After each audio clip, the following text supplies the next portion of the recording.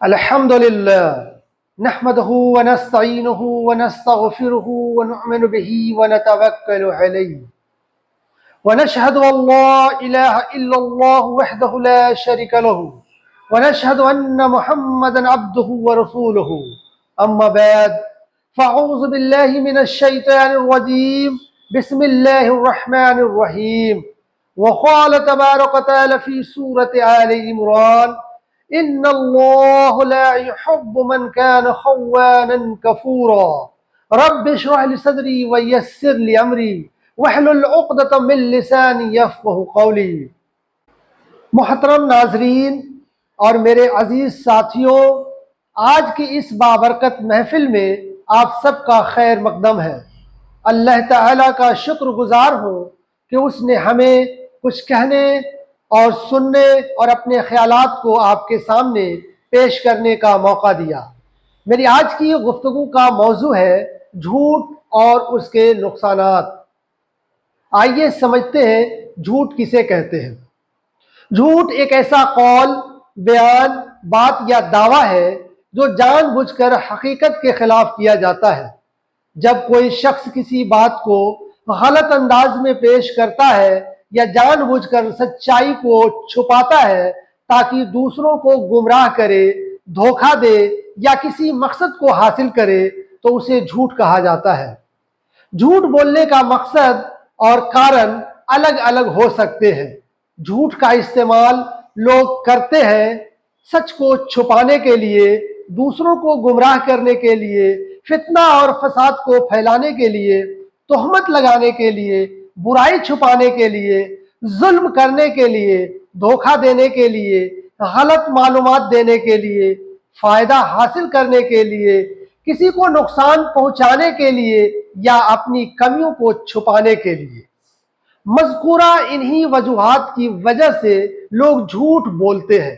آج معاشرے میں لوگ جھوٹ کو اس قدر عام کر چکے ہیں کہ یہ کوئی برائی لگتی ہی نہیں ہے۔ ہر طرف جھوٹ کی مہاماری پھیلی ہوئی ہے۔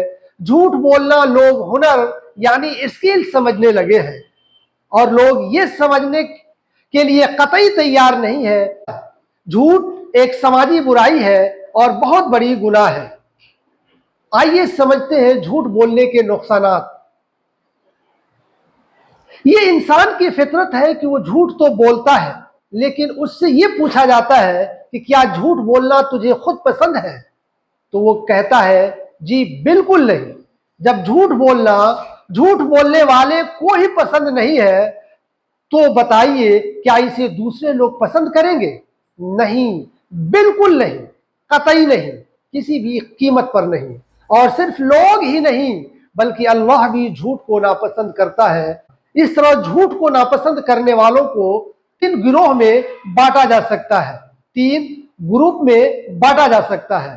پہلا جھوٹ بولنے والا خود جو جھوٹ بولتا ہے، دوسرا اس کا سماج، اور تیسرا خدا۔ اس لیے ہمیں چاہیے کہ ہم جھوٹ نہ بولیں، جہاں تک ممکن ہو سچ بولیں۔ سچ بولنے سے عزت بڑھتی ہے، لوگ آپ کو پسند کرتے ہیں اور سماج میں آپ کو اچھی نظروں سے دیکھا جاتا ہے۔ اس کے برعکس اگر آپ جھوٹ بولتے ہیں تو اس کے بہت سارے نقصانات ہیں۔ پہلا، بھروسہ ختم ہو جاتا ہے۔ جب آپ جھوٹ بولتے ہیں، آپ کا جھوٹ پکڑا جاتا ہے تو لوگ آپ پر سے بھروسہ کرنا چھوڑ دیتے ہیں، اور اس طرح دھیرے دھیرے کرتے کرتے لوگوں کا یقین اور اعتماد آپ سے ختم ہو جاتا ہے۔ جھوٹ کے لیے جھوٹ بولنا پڑتا ہے۔ یہ دیکھا جاتا ہے کہ جب آپ کسی بات کو چھپانے کے لیے جھوٹ بولتے ہیں تو ایک جھوٹ کو چھپانے کے لیے آپ کو بار بار جھوٹ بولنا پڑتا ہے، اور اس جھوٹ کو ثابت کرنے کے لیے آپ کو پھر سے جھوٹ بولنا پڑتا ہے، اور اس طرح آپ جھوٹ کے دلدل میں پھنستے ہوئے چلے جاتے ہیں۔ اس لیے آپ کو چاہیے کہ آپ جھوٹ نہ بولیں۔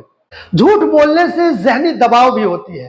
جھوٹ بولنے والے کو ہمیشہ اس بات کا خدشہ بنا رہتا ہے کہ وہ کہیں پکڑا نہ جائے یا اس کی جھوٹ پکڑی نہ جائے، جس کی وجہ سے وہ ایک ذہنی دباؤ میں یعنی اسٹریس میں رہتا ہے، اور یہ اسٹریس اس کو بے چین کر دیتے ہیں، جس کی بدولت اس کا ذہنی سکون ختم ہو جاتا ہے اور انسان مسلسل بے چین رہتا ہے۔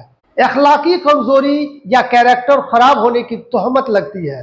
جھوٹ بولنے والے کو لوگ شک کی نگاہ سے دیکھتے ہیں اور اسے یہ کہتے ہیں کہ اس کا اخلاق یعنی اس کا کیریکٹر خراب ہے، وہ سماج میں اٹھنے بیٹھنے کے قابل نہیں ہے۔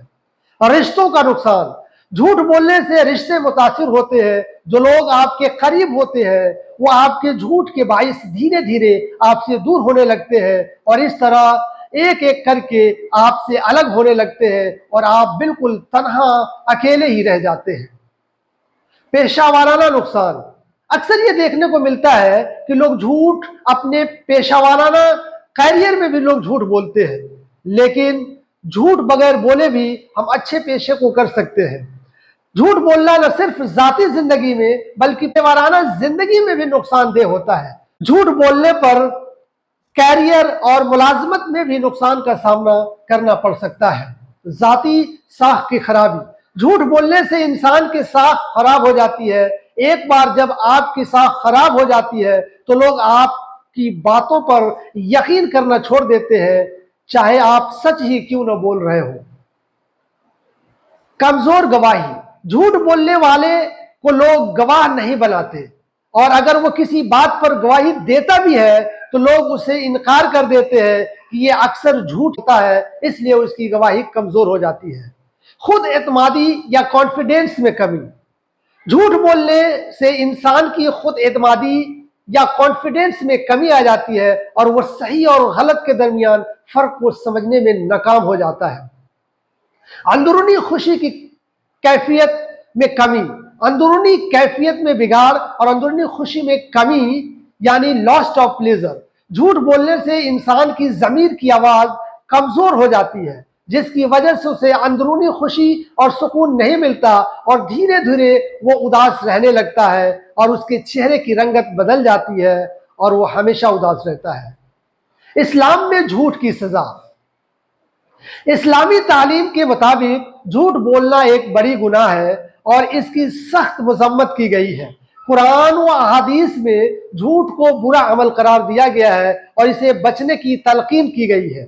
اللہ تعالیٰ قرآن کریم میں متعدد جگہ اس کی وعیدیں اور سزاؤں کو دھمکی دے کر انسان کو انذار کرتا ہے۔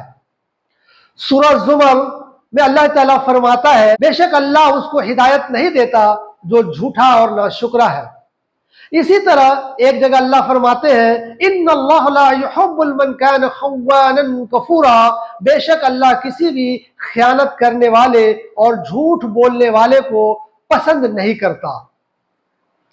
سورہ مطففین میں اللہ فرماتا ہے، اس دن جھٹلانے والوں کے لیے ہلاکت ہوگی۔ اسی طرح ایک جگہ اللہ فرماتا ہے، ہلاکت ہے ہر بڑے جھوٹے گنہگار کے لیے۔ اسی طرح حدیث میں بھی متعدد جگہ جھوٹ بولنے والوں کے لیے ودیتیں اور نصیحت کی گئی ہے۔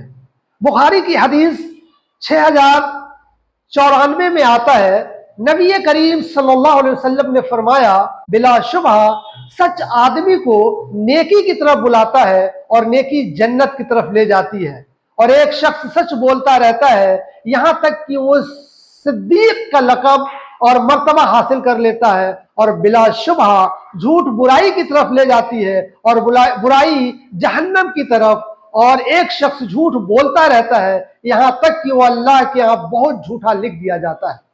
اسی طرح ایک اور حدیث میں آتا ہے، آپ صلی اللہ علیہ وسلم نے فرمایا، منافق کی علامت 3 ہے، جب بات کرے جھوٹ بولے، جب وعدہ کرے اس کی خلافی کرے، وعدہ خلافی کرے، اور جب اس کو امین بنایا جائے تو خیانت کرے۔ یہاں جھوٹ بولنے کو منافقت کی علامت قرار دیا گیا ہے، اور منافقین کے بارے میں قرآن میں فرمایا گیا ہے، بے شک منافقین جہنم کے سب سے نچلے درجے میں ہوں گے، بے شک منافقین جہنم کے سب سے نچلے درجے میں ہوں گے۔ وآخر دعوانا ان الحمد للہ رب العالمین۔